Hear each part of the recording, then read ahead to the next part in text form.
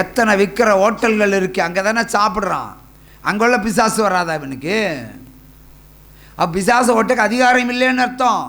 பிசாசு ஓட்டுறதுக்கு அதிகாரம் இல்லைன்னா நீ ஓட்டக்கூடாது, ஊழியம் செய்யக்கூடாது, எங்கே காய்கறி வியாபாரம் செய்ய போனோம், பைபிள் எடுக்கக்கூடாது.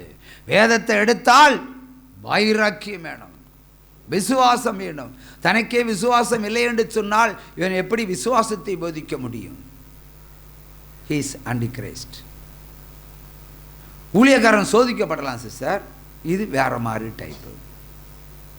இன்னொரு ஊழியக்காரன் ஒரு மனைவியை அடைத்து வைத்திருக்கிறான். ஏற்கனவே சொன்ன சாட்சி தான். ஒரு மனைவியை அடைச்சி வச்சிருக்கிறான். இது பிள்ளைங்களை அடைச்சி வச்சான் பரவாயில்ல, மனைவியை அடைச்சி வைப்பான். ஈரோடு மாவட்டத்தை சேர்ந்த ஊழியக்காரன் இங்கே நாகர்கோயிலில் இங்கே ஒரு சபையில் வந்திருக்கிறான்.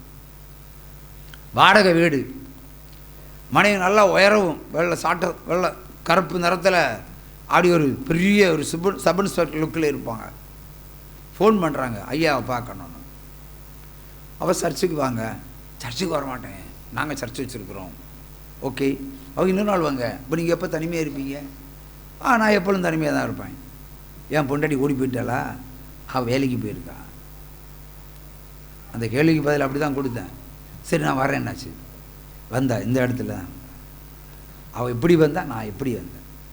வந்தோடனே பாஸ்டர் என்னை சீக்கிரம் ஜோமனு, யாராவது பார்க்குற முன்னாடி என்னை ஜோமனி அனுப்பிடுங்க, என் புருஷன் திரும்பி வந்தால் போச்சு, பூட்டை உடைச்சிட்டான், வெளியே வந்துட்டேன். என்ன பிரச்சனைன்னு? பூட்டை உடைச்சிட்டு வர்றதுக்கு எந்த பிரச்சனை? நான் அழகாக இருக்கிறனால அவருக்கு என் மேலே சந்தேகம். அவர் எங்கே போனாலும் வீடை பூட்டி வச்சுட்டு போயிடுவார். ஈரோடு போனாலும் பூட்டி வச்சுருவார். 3 நாள் 4 நாள் இருக்கணும். ஏதோ காய்கறியெல்லாம் வாங்கி போட்டு போயிடுவார். என்னால் முடியலை, இப்படிய சந்தேகத்தினால என்னால் முடியலை, வாழ முடியலை. அவர்கிட்ட இருக்க பேயை ஓட்டுறதுக்கு ஜெபம் பண்ண வந்துட்டான். புரியுதா? அவர் ஊழியக்காரன் மேலே இருக்க பேயை ஓட்டுறது இங்கே வந்துட்டான். நான் சொன்னேன், he's unfit, he is not suitable for you. நீ டைவர்ஸ் பண்ணிட்டு வேற கல்யாணம் பண்ணு, பிள்ளை செல்லத்தை கர்த்தர் கட்டளை எடுக்கிறாருன்னு சொன்னேன். வேற கல்யாணம், இப்படியே வேற கல்யாணம் பண்ணா அழ வேண்டாம். நீ பாவம் செய்யாமல் இருக்கன்னா வேற கல்யாணம் பண்ணிக்க, இல்லைன்னா நீ பாவம் செய்வ. அதை எப்படி சொல்ல முடியும்? ஆழம் பாவம் செய்ய மாட்டேன், நான் சிபிஎம் ஆகும். நீ சிபிஎம்ஏ டிபிஎம் எனக்கு தெரியாது, நீ பாவம் செய்வேன்னு சொல்லுவது கர்த்தர். டைவர்ஸ் பண்ணி வேற கல்யாணம் பண்ணலைன்னா நீ அதான் செய்வ. பல ஆண்டு காலம் காணாமல் போனாள். பல ஆண்டு காலம் காணாமல் போய் திரும்ப ஒரு முறை கீழே வந்து பாஸ்டர் ஐயா பார்க்கணும். சரி வந்தாச்சு, இதே இடம் தான். என்ன தெரியுதா? நான் பார்த்தேன், தெரியலையே, நான் இங்கே வந்திருக்கேன் இதுக்கு முன்னாடி, ஞாபகம் இல்லை. நல்லா பாருங்க, நல்லா பார்த்தாலும் அவள் இப்படி 2 கண்களை வச்சு பார்த்துட்டேன். ஓ, நீ இந்த பாஸ்டருக்க பொண்டாட்டி, ஏன் இப்படி எலும்பும் தோலுமா இருக்க? அதான் ஏன் நான் ஓடி வந்துட்டேன். இப்போ என்ன பிரச்சனை? அதாவது நீங்கள் சொன்னபடி 30 பாவங்கள் செய்து 3 பிள்ளைகளை அழித்து விட்டேன். இப்போ கடைசியாக மதுரைக்கு சபை மாற போய் அங்கே ஒரு ஆட்டு மேய்ப்பனிடத்தில் படுத்து 4 கர்ப்பவதியாக இருக்கிறேன். 3 குழந்தைகளை அழித்ததுனால என் உடம்பு எலும்பும் தோலுமாக மாறிவிட்டது. இப்போது அடுத்ததும் உற்பத்தியாக இருக்கிறனால இது கொல்லவா வளர்த்தவா? வளர்த்தனா புருஷனுக்கு பதில் சொல்ல முடியாது, அழிச்சா ஆண்டவருக்கு பதில் சொல்ல முடியாது. இதுதான் ஏன் அன்னைக்கே சொன்னேன்ல, லைசன்ஸை வாங்கிட்டு நடேன்னு சொன்னேன், நீ கேட்கலையே. இப்போ கொன்னாலும் பாவம், வளர்த்தினாலும் பாவம் என்று சொல்லி வேறு விதமாக அவளை சுவிசேஷம் அறிவித்து விட்டு அனுப்பினேன். அதாவது கீழ்ப்படுகிறவர்கள் தேவனுடைய சப்தத்தை கேட்பார்கள், கீழ்ப்படியாதவர்கள் தேவர்களுடைய சப்தத்தை கேட்பார்கள். கீழ்ப்படிந்தால் சுகபோக வாழ்க்கை, கீழ்ப்படிந்திருந்தால் சுகபோக வாழ்க்கை. அல்லேலூயா. ஆகவே ஆண்டவர் சொன்னார், நீ மாமிசத்தில் ஒரு வாழ்க்கையை நீ ஆயத்தம் பண்ணி இருக்கிறாய். He is not fit. ஒரு பிள்ளை செல்வத்திற்குரிய தகுதி அவனுக்கு கிடையாது. சரி, பிள்ளை செல்வத்துக்கு அவனுக்கு தகுதி வேண்டுமானால் அவனுக்கு பொருத்தனை செலுத்தினால் மட்டுமே அது நடக்கும்னு சொன்னேன். பொருத்தனை செலுத்துறது தயார் இல்லை.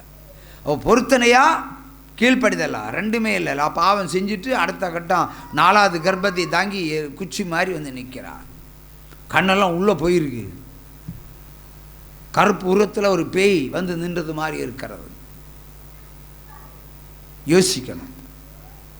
பாவம் செய்தால் தேவன் கொன்றுதான் பழக்கம், மன்னிச்சு பழக்கம் கிடையாது. இங்கே நாகர்கோவில் பகுதியில் பரசேரி என்ற ஊரில் இருந்து ஒரு சகோதரி இங்கே கொண்டு வந்தார்கள், ஆந்திரா மாநிலத்தில் இருந்து. என்னால் படிக்கிற இடம் ஆந்திரா. கொண்டு ஒரு நல்ல ஒரு பேயை கொண்டு உட்கார வச்ச மாதிரி இருந்துச்சு. நானே பார்த்ததும் பயந்துட்டேன். ஒரு பெண் ஒரு குரங்கு மாதிரி இருக்கிறா, குச்சி மாதிரி இருக்கிறா, எலும்பந்தோலுமா இருக்கிறா. ரிப்போர்ட் எப்படின்னா, ஆந்திரா மாநிலத்தில் அந்த இங்கு இருக்குல்ல, இங்கு பேர் என்ன, பில்லர் இங்கு பில்லரில் பால் எடுத்து ட்ராப்பாக கொடுப்பாங்க. அது சாப்பிட முடியாது. தொண்டை காஞ்சி போகாமல் இருக்கிறதுக்கு ட்ராப்பாக கொடுப்பாங்க. நர்சிங் படிக்கிற பிள்ளை ட்ராப்பாக கொடுப்பாங்க. இங்கு பில்லரில் 3 ட்ராப்பு 4 ட்ராப் தான் கொடுக்க முடியாது. சாவு கிடக்கிறவனு கொடுக்குற மாதிரி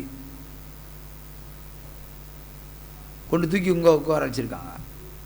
அன்னைக்கு 9.25 ரூபா தான் எண்ணெய், பிவிடி பாட்டில் எண்ணெய். அதை எடுத்து அப்படி ஜோம் பண்ணி,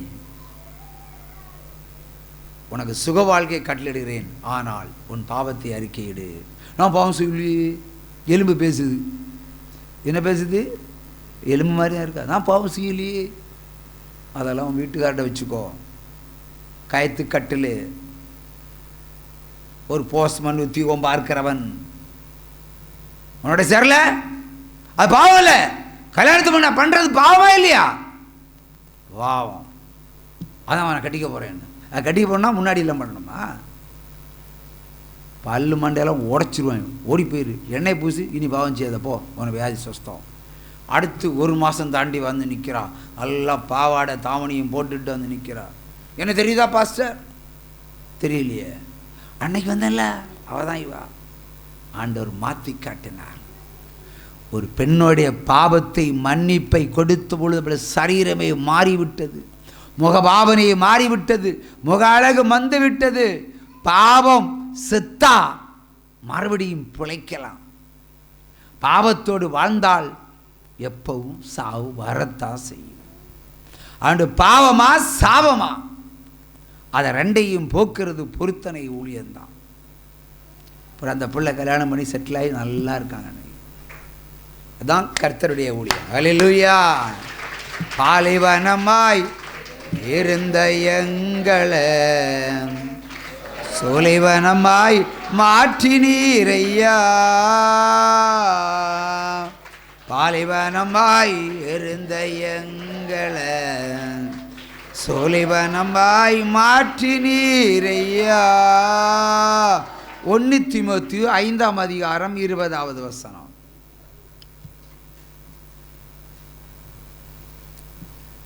1 தீமோத்தேயு 5ஆம் அதிகாரம் 20வது வசனம்.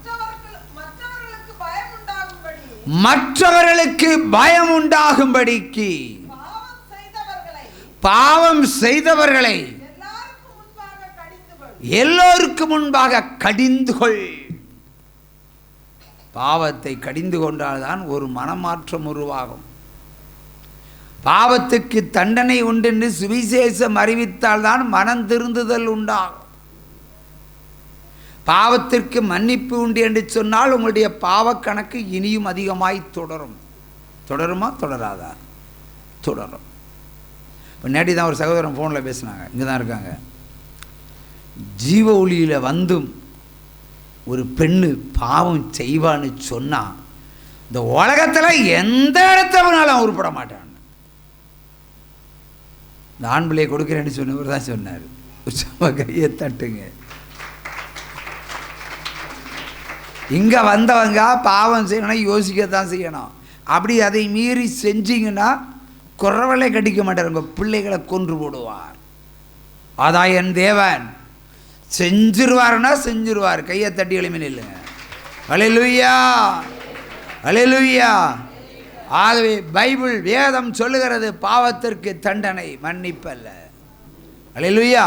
மனம் திருந்துகிறவனுக்கு மன்னிப்பு. அல்லேலூயா. அதற்கு முன்பாக மனம் திருந்துகிறவன் பிரமாணத்தை கைக்கொள்ள வேண்டும், வசனத்திற்கு செவி கொடுக்க வேண்டும். வசனத்திற்கு செவி கொடுக்கிறவன் விசுவாசத்திற்கு பயப்படுவான்.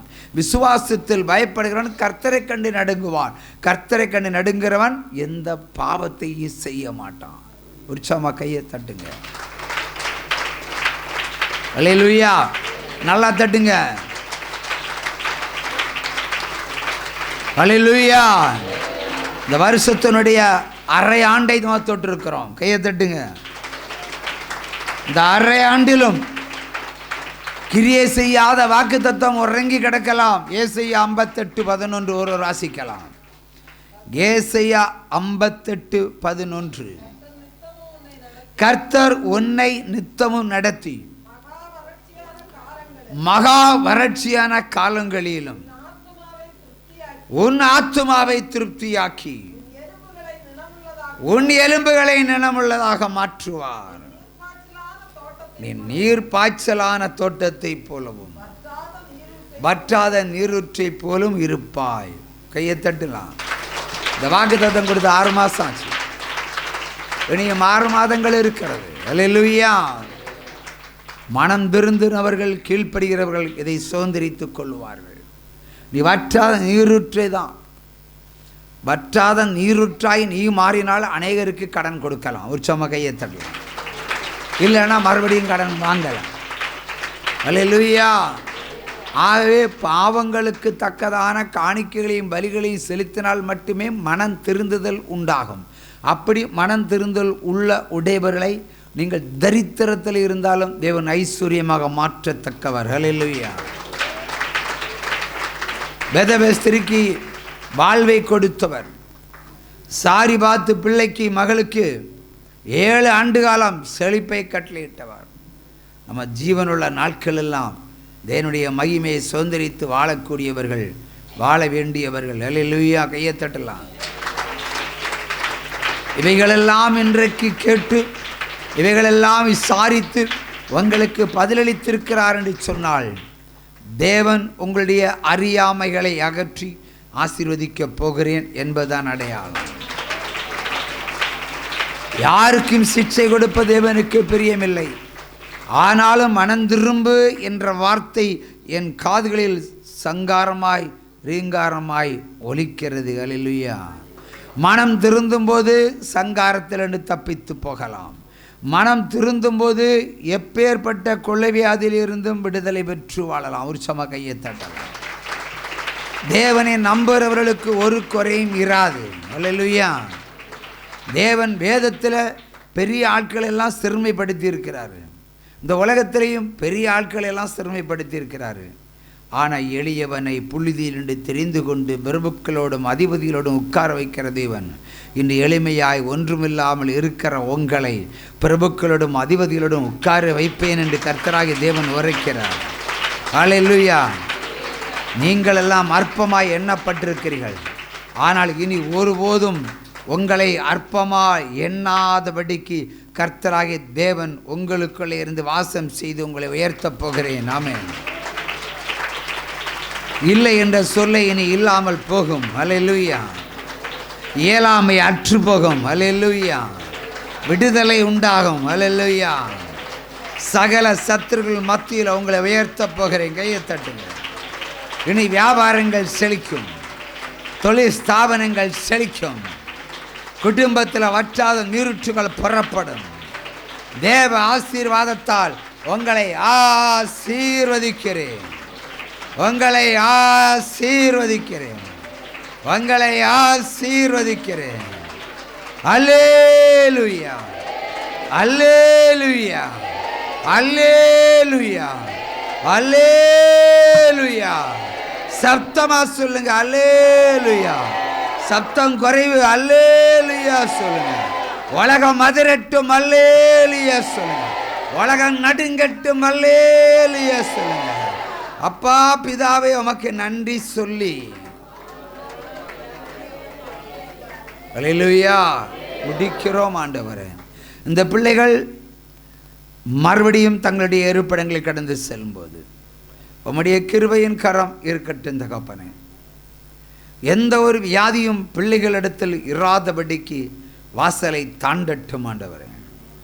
குடும்பத்தில் இருக்கிற நெருக்கம், கண்ணீர், கலக்கம், துன்பம், தொல்லை, உபத்திரம், பஞ்சம், தரித்திரம், வேதனை, கடன் எல்லாவற்றையும் நீர் அடித்து கொடுக்கிறதுக்கு நீர் சர்வ வல்லவர். கையை தட்டுங்க. அப்படியே நீர் செய்வதற்காய் நன்றி செலுத்துகிறோம். சுகமும் சமாதானமும் சந்தோஷமும் உங்களுக்கு எந்நாளும் உண்டாகட்டும். கூடவே பரிசுத்தமும்.